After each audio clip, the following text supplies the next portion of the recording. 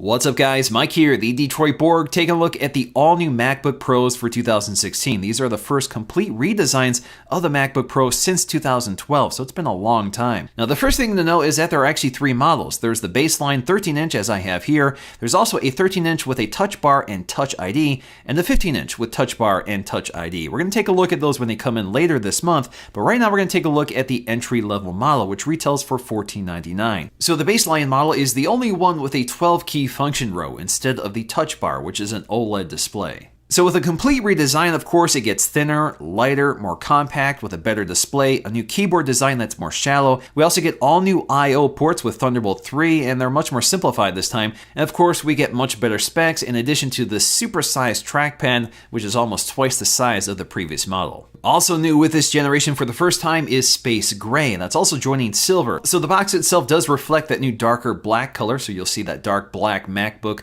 and Apple logo on the sides, and of course the specs are on the back of the box. So the first thing we have to do is remove the plastic so we can go ahead and lift up the lid. So this is a pretty familiar unboxing if you ever opened up other MacBooks. So once we remove the lid, the first thing we'll see here, of course, is the MacBook in that space gray color. It's a really nice color. Of course, we've seen this already on the 12-inch MacBook, and it's definitely my favorite color. So first up, we have some paperwork. So this packet includes a quick start guide that highlights the major features, as well as some OS X features. We also get some warranty information and a set of white Apple stickers, so you won't find space gray Apple stickers like you get with the MacBook.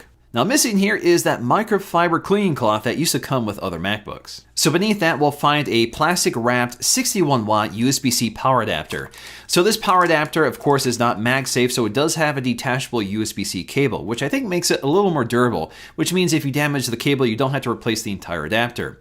Now the adapter is a little simpler this time, so we don't have those pop-out cable management prongs that used to be on the side, but you can still remove the wall adapter. So if you want to add an extension cable or change it out for one of your international adapters, you can do that. Now speaking of extension cable, you won't find one included with your MacBook anymore. But we do get a 2-meter USB-C cable included in the box. So if you're a fan of MagSafe, unfortunately that is completely gone. Instead, we charge via the USB-C connector, which also means that any of the USB-C connectors can be used for charging. Now when you connect the cable, it does make a tone, so you can hear when it's charging, although you no longer see an LED indicator like you did with the MagSafe connector. So the design of the MacBook Pro looks like a combination of the previous MacBook Pro and the new 12-inch MacBook. So we have a much more simplified design that's smaller and more compact, and also loses the lighted Apple logo. Instead, we have an inset Apple logo which is matched to the color of the MacBook. Unfortunately, this is a requirement thanks to the new thinner display technology, so the backlight can no longer be used to light an Apple logo. Now the big news here is that it's thinner, narrower, and not as deep, but the biggest news I think is that it's much lighter. It's half a pound lighter,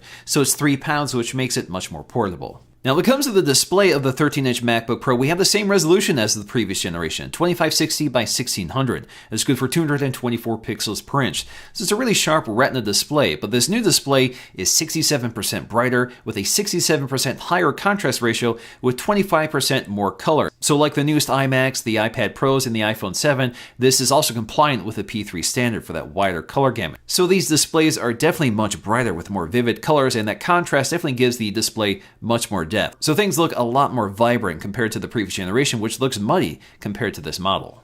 They've also significantly reduced glare on the newest panels. You can see this when you compare them side by side. So even though they're very glossy, it does a pretty good job managing the glare. Unfortunately, what hasn't changed at all here is the FaceTime HD camera, which is still 720p. Of course, we do get an LED indicator and an ambient light sensor right next to it. So taking a look at the sides compared to the previous generation, you can see there's big changes here in terms of the I/O, for better or for worse. Now we have Thunderbolt 3 ports along the side. Now these look like USB-C connectors and they function like that as well, but they do support Thunderbolt 3, which of course supports a lot of things like display output and other connections. In fact, they're compatible with basically anything as long as you have the right adapter or as long as they work with USB-C. But these are Thunderbolt 3, which means they support up to 40 gigs per second in terms of throughput and can be daisy-chained. Now, unfortunately, with this model, if you look at the other side, all we have is a headphone jack, and I know what you're saying, at least we have a headphone jack, but if if you want additional ports, you're going to have to go to the upgraded model. But of course, this means we lose a lot of other legacy ports like HDMI, standard USB-A connectors, Thunderbolt connectors, and a SD card slot. On the front, as always, is a thumb port for lifting up the display. Now, of course, the hinge is perfectly weighted, so when you lift it up, it doesn't pick up the entire computer. And speaking of that hinge, unlike the previous generation, it is integrated into the chassis design, just like on the 12-inch MacBook. So we have this nice continuous look instead of the black plastic trim piece on the back of the MacBook. The hinge design is also much more compact. It looks very different compared to the previous generation. As does the ventilation. There's much less obvious ventilation on this MacBook. In fact, if you look at the inside of the hinge, you'll find much smaller grills compared to the previous generation, so this does a much better job ventilating without large grill intakes. This also loses the ventilation on the bottom of the chassis from the previous generation. Now, on the bottom of the MacBook, as always, you can remove this back panel, but it's not meant to be user accessible. So this is secured with pentalobular screws, and we do have those plastic feet at all four corners. Returning once again is a Force Touch glass trackpad, but this time it's twice as large as the previous generation. It's almost comically large. At first, I thought this might be difficult to work with because your palms naturally rest on it when you're typing, but there seems to be really good palm rejection, so I can rest my palms directly on it and still operate the trackpad without issue and type like I normally would. Now, Force Touch basically means that this is a static state trackpad, so it doesn't physically move, but it does replicate a physical click. So we have 4 sensors in here that detect the pressure you're applying, and it responds accordingly. And taptic motors underneath replicate a physical click. Now, I have noticed that the taptic click on this trackpad is a little softer than it was on previous generations.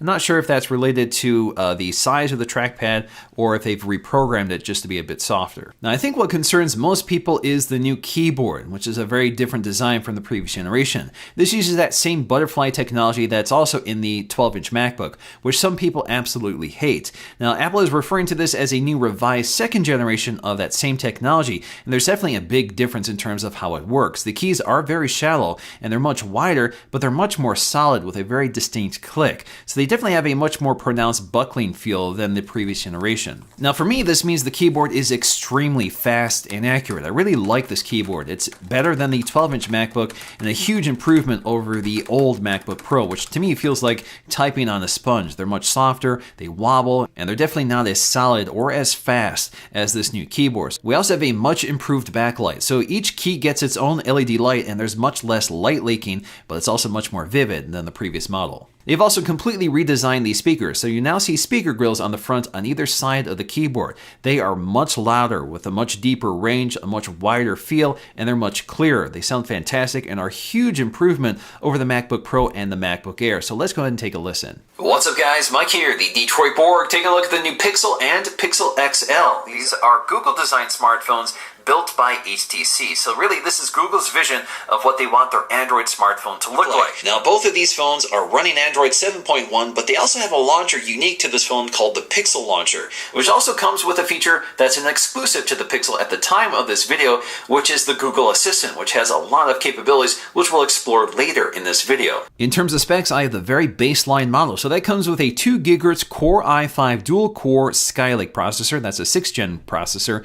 We also get 8 gigs of 1866 MHz RAM. This also comes standard with a 256 gig PCIe-based SSD, so we have very fast storage built in. So next up, I just want to run through some benchmarks to get an idea of the performance of this computer versus the MacBook Air, which Apple says this is replacing. So in terms of our Geekbench 4 single-core score, we're seeing a pretty high score of 3783 and a pretty impressive multi-core score of around 7300. That's a pretty small bump on the single-core score from the MacBook Air at around 3200, but a significant bump for the multi-core score, which is under 6000. Now, the biggest improvement really comes in terms of graphics. So if you look at our graphics benchmark, we're seeing a score of around 28,000 on the new MacBook Pro versus a little under 18,000 for the MacBook Air, so that's a significant increase. Another big difference here is SSD speed. The MacBook Pro has really fast SSDs. It's around 1300 on the write speed and around 2000 on the read speed. That's almost double the performance of the MacBook Air. So if we compare the MacBook Pro to the MacBook Air, there's obviously huge differences here. The new MacBook Pro is actually more compact. It also has a much better display. The MacBook Air still has a TN non-Retina display, as a much lower resolution display, and it definitely suffers in terms of quality. There's a lot of off-axis distortion, version. And although the MacBook Air display is very bright, it's also very washed out. It doesn't have those vibrant colors or that deep contrast. But ultimately, I think that $500 price difference is really significant. The MacBook Air is still a great computer with even better battery life, 12 hours versus 10 hours, and it's still a powerful computer that gets most things done pretty well. And of course, the MacBook Air still has some of those older connectors like MagSafe, USB-A, and an SD card slot. So in the end, this is really only part of the story of the MacBook Pro lineup. Of course, I will be covering the others, but for now, I think this is a fantastic computer, but it is pretty expensive at $1499. So I'm hoping the price comes down with time. I'm also missing some of the ports along the side, which is going to make things a little harder because I'm going to have to adapt them. But overall, we have a fantastic display, impressive power, a great keyboard, and massive trackpad. We also have a great design, which is lightweight and portable. It definitely looks really good in the space gray. So I'm definitely a big fan of this MacBook Pro, but I'm really looking forward to the upgraded model with Touch ID and the Touch Bar. So make sure you stay tuned for those videos. Hope you guys enjoyed this video. If you did, please give it a thumbs up to let me know, and I'll see you again in the next video.